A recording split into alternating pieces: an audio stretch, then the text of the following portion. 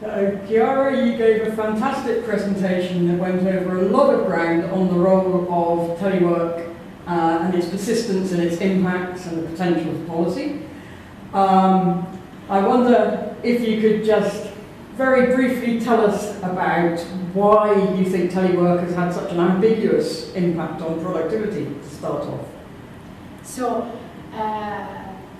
I think it's important to distinguish between the impact of telework on workers' productivity and on firm productivity.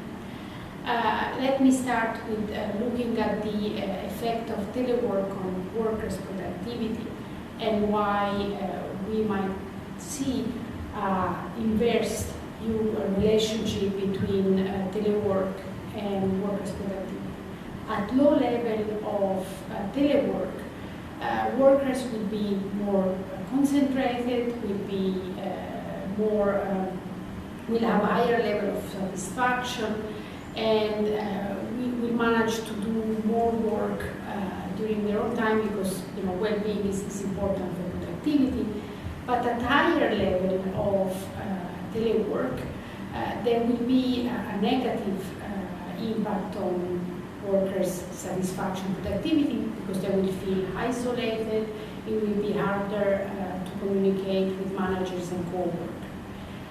At the level of the firm, in addition to the worker level productivity, we need to think of the implications for overall coordination of tasks, and again, communication between workers and managers and teamwork in general. And again, at higher level of telework, this negative impact might be prevalent, and therefore we might see at the level of the firm also an inverted U-shaped relationship. In the longer term, when we think about productivity growth, so not only at the productivity level of the firms, we need to think also of the role that telework might have on innovation, and in particular when we think about the fact that innovation comes from knowledge sharing and working in teams. This might be hampered by telework because most of the serendipitous knowledge sharing that might happen in an office or interdisciplinary across different teams, this is being lost. Great. When you were talking, you were drawing on lots of several different data sources. And you were talking about them as being complementary. I think it's a huge strength that you're looking at lots of confirmatory evidence from different sources. But I wonder if you could say a little bit about the real strengths of particular types of sources that have led you to look across more than one. Yeah, absolutely.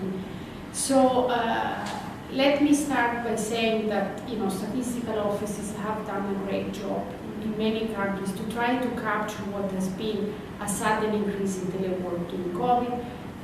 Information on telework was taking place, was kind of collected even before telework, because obviously telework did not start with COVID. It was something that in many countries was a well-recognized practice. And so surveys like, for example, the European Labour Force Survey really capture telework from the side of the worker, and can give us representative data on telework across workers. Surveys that have been done, for example, to businesses as well from statistical offices and other official sources, again, have the big strength of being representative of the whole workforce and businesses. Now, there are two limitations to this type of data. One is that they might not have been as timely as we would have wanted to really look at the full change that was happening on telework. And secondly, often they either look at workers or they look at firms only. For this reason, and they're normally also backward looking in the sense that they try to capture behaviors in terms of telework in a set time period before the survey.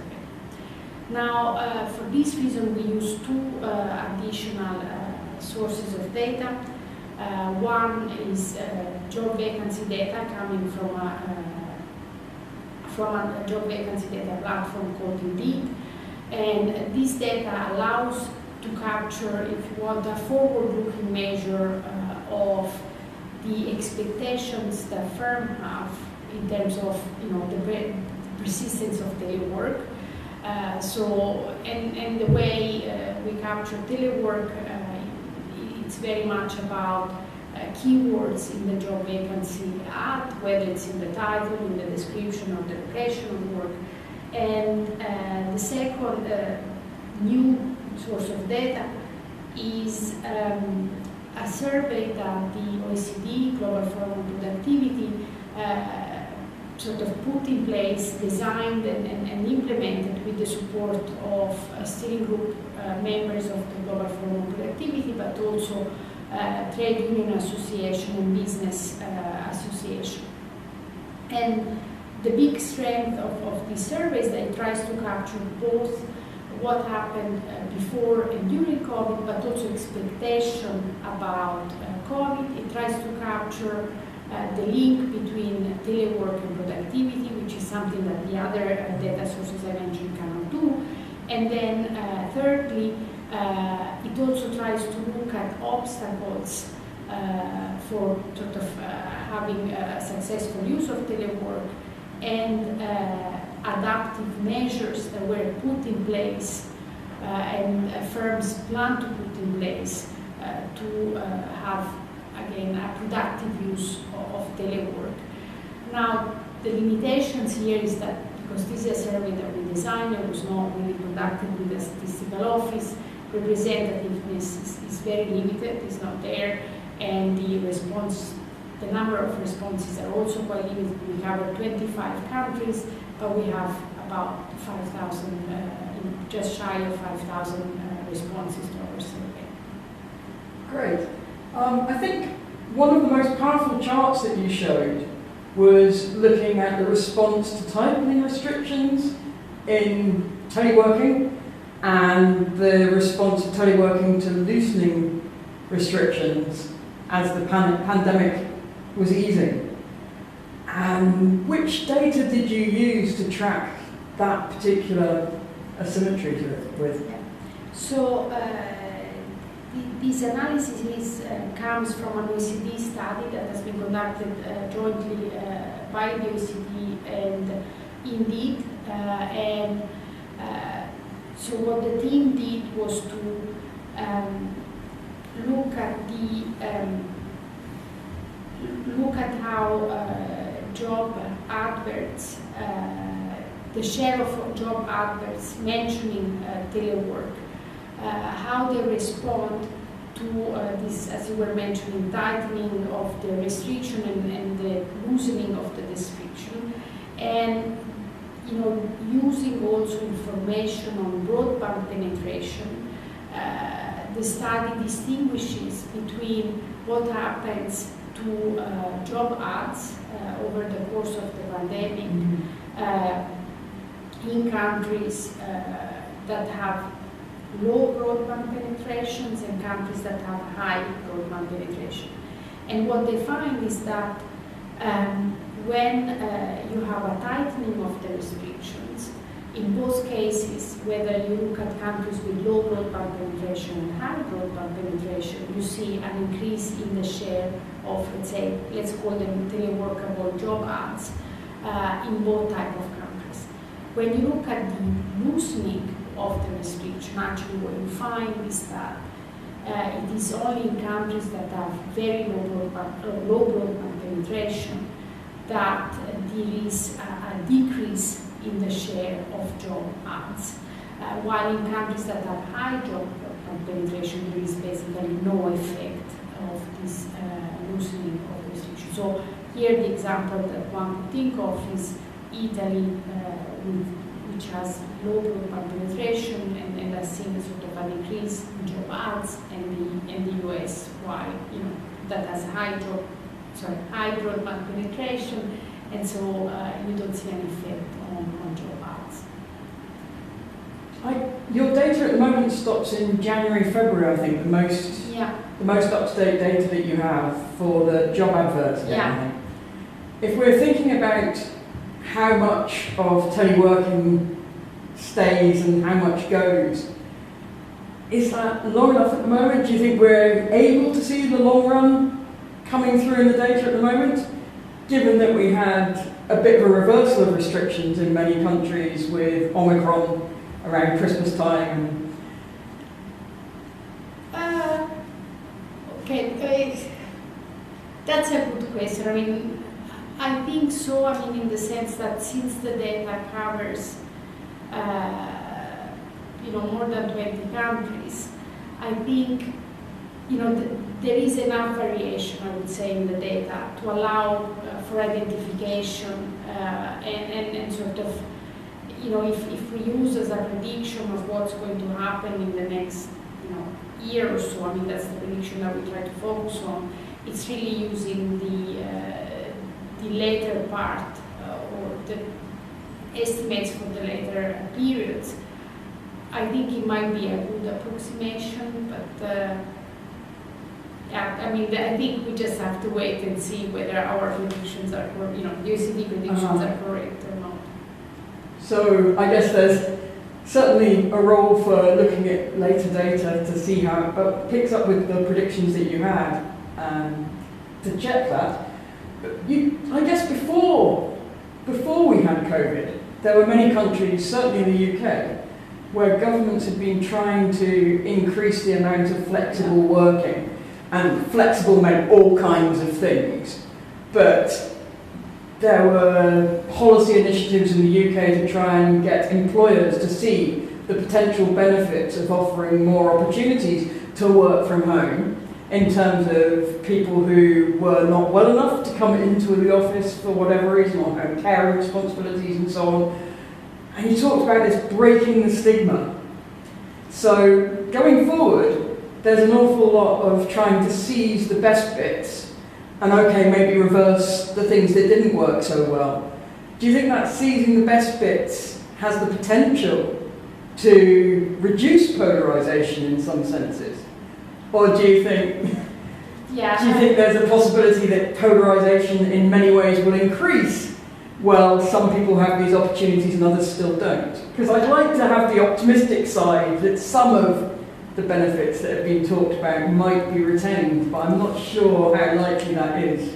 So I'm afraid I will sound a bit more pessimistic on this than I would like. So I think, first of all, I fully agree with you that COVID broke the stigma of telework and sort of some cultural, traditions in some countries where really telework was not acceptable. It changed regulations in many countries where regulations were not really favorable for telework. They were changed. So that was really, I would say, the power of this natural experiment that COVID was. In terms of what we expect when we think about polarization, and I'm talking now about polarization across businesses, what I think will happen, at least from what we can see from our data, is that we already start seeing that the firms that already adopted more telework, even during COVID, were firms that were already more productive, probably better managed, in the background, and had already experience with telework. So that's the first sign. The second sign that to me is worrying is that the firms that are planning to adopt those adaptive measures that make telework productive are actually the more productive firms again. And so, you might imagine that by having these firms being really able to leverage telework for the benefits of the firm and the productivity and well-being of their workers, they might be able to have better access to a larger pool of talent.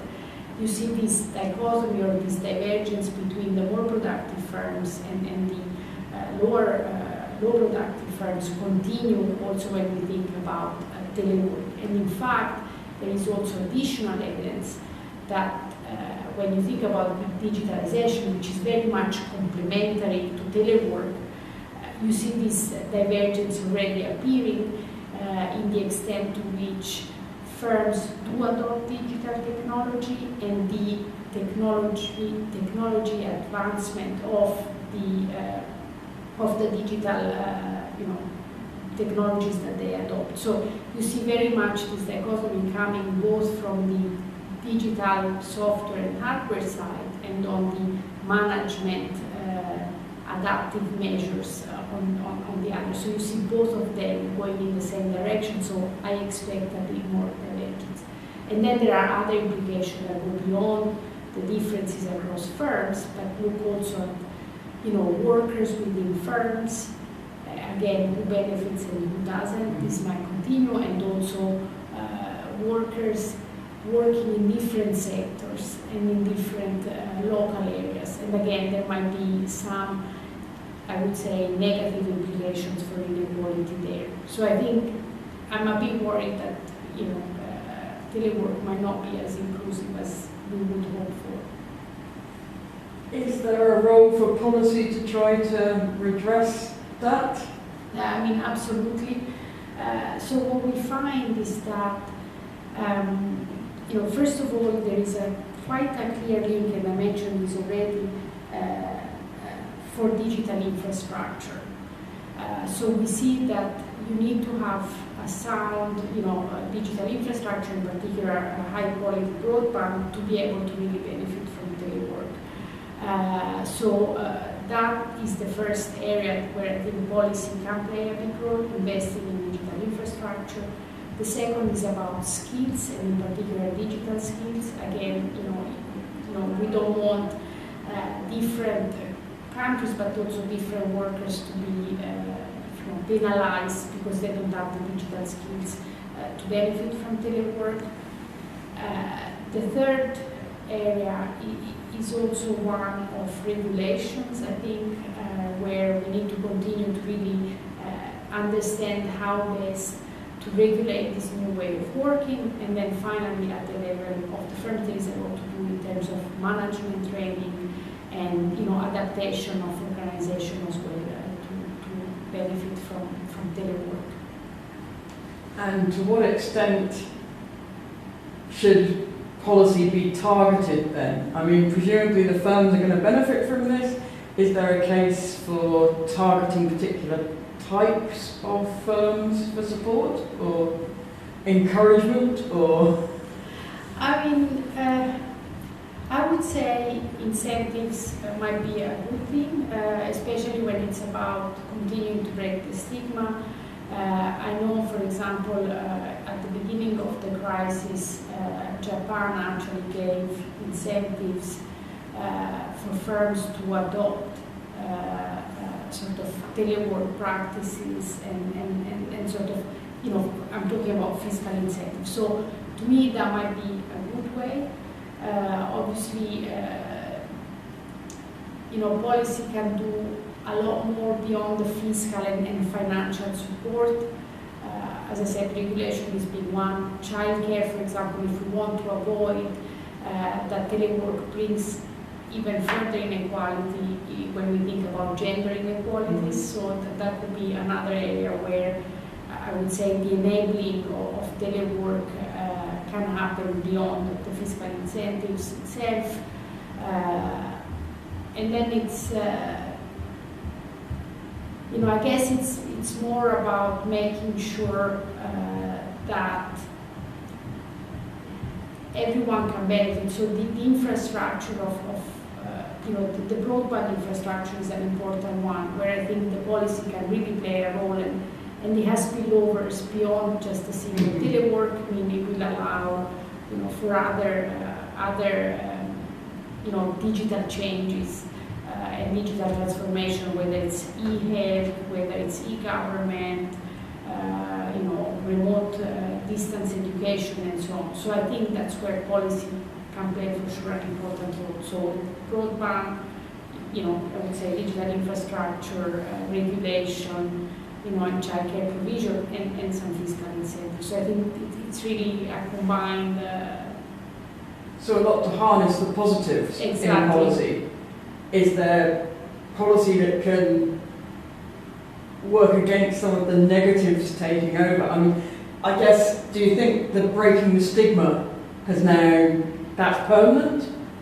or will we go back to a return to the office that brings back presentism and so on? Yeah, I mean, that's a good question. So I think the breaking the stigma comes also from learning, and that's something that you can't really undo. So I think that, to me, is reassuring, because I think that will continue. Now, where we need to be careful is that telework is not going to disadvantage particular type of workers, I'm thinking, for example, women. So that's something where I think attention should be given to like how things evolve for the different group of workers. I think the misuse of this, I think there is a risk of not having the right to disconnect. And that's something where, again, policy can play an important role in terms of regulation, health and safety. I mean, you also don't want the workers necessarily to suffer and to bear all the cost of teleworking. So sharing the cost might be something that policy can regulate. And even before the COVID crisis, there have been cases where basically firms were, I wouldn't say forced, but were asked in a way to bear the cost of working from home, whether it's the broadband connection or similar things. So I think that's an important also way of not only breaking the stigma, but continue to use telework without penalizing the workers versus the firms of different type of workers who use telework. I don't know if I answered the question. Sure, yes you did. I'm just have one more question, and that's really, it was clear from all the questions you had at the end, and throughout when we were trying to have some lunch and so on, lots of people are interested in this area, and there's a lot more that can potentially be done. Where do you think researchers should focus their interest? What's the questions that you think are worth keeping an eye on, worth investing time in exploring going forward? So, I mean, so many that perhaps we could spend the whole day here. But first of all, I think better understanding the role of management and management training to really understand how harnessing telework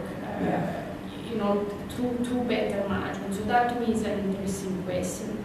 The second one is really trying to understand from the side of the workers which skills are needed, in terms of digital skills, but it could also be, self-disciplining, and there may be other skills that are important, communication skills and so on. So that is an area where I think there is a lot of research going on. I personally think it's very interesting to look at the larger implications for telework. So we started, I think, just scratching the surface on what's happening to firm level productivity. I think there are studies that try to look already more at the aggregate productivity. I think more can be done there.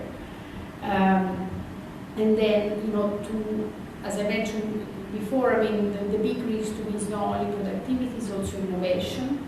And the outcome of any research activity that we know used to happen, more as face-to-face contact. So what's happening to that, and what will happen to that in the next few years, now that we are going more into this hybrid mode of working, and try to understand why in some cases it might work, why not, what are the characteristics of different arrangements that make telework successful. I think that's going to be very, very interesting.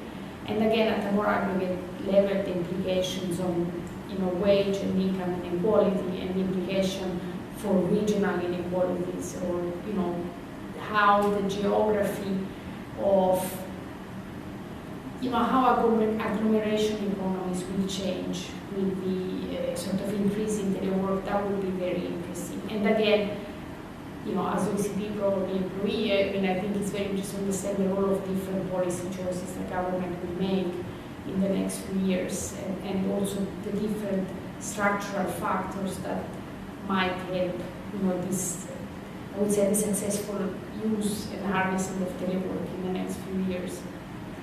Thanks so much, Chiara. That's really fascinating work you've been doing and much more to come. So thank you. Thank you.